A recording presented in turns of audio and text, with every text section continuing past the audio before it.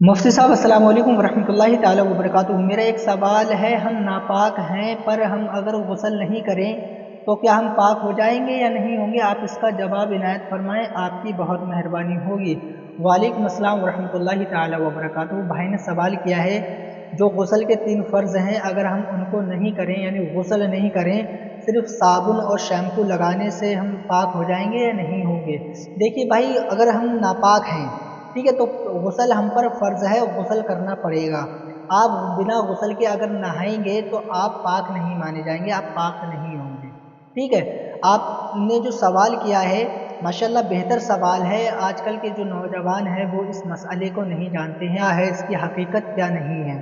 बहुत से हमारे नौजवान ऐसे हैं, बस अपने आप में ही आलिम बन जाते हैं और उनसे कहते हैं भाई कि गुस्ल करके नहाए, तो वो कहते हैं हम पाक हैं, क्या नाम है, तो वो ज़िंदगी भर पाक ही रहते हैं। उनका कहने का मतलब ये है कि वो नापाक कभी भी नहीं होते हैं। तो भाई याद रखें कि जब नापाकी की हालत में आप हों तो आप पर गुस्ल फ़र्ज़ हो गया।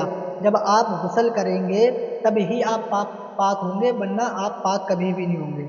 हाँ, बहुत से लोग क्या करते हैं, सिर्फ साबुन लगाया, शैम्पू लगाया, बस 2-3 लोटे पानी अपने ऊपर डाल लिए, नहा लिए, अपने जिस्म को पोंछ लिया, कपड़े पहन लिए, नमाज़ पढ़ने के लिए चले गए। तो भाई याद रख लें कि जब हम नापाक हैं और हमने गुस्ल नहीं किया है, तो आप नमाज़ पढ़ेंगे या कुरान शरीफ पढ़ेंगे, आप कोई भी ऐसी अल्लाह का ज़िक्र करेंगे जो आप अपने हाथों से छुएँ, और नमाज़ को अगर पढ़ेंगे तो आपकी नमाज भी नहीं होगी। कुरान को छुएंगे तो आप गुनाहगार होंगे, क्योंकि कुरान को नापाकी की हालत में छूना हराम है।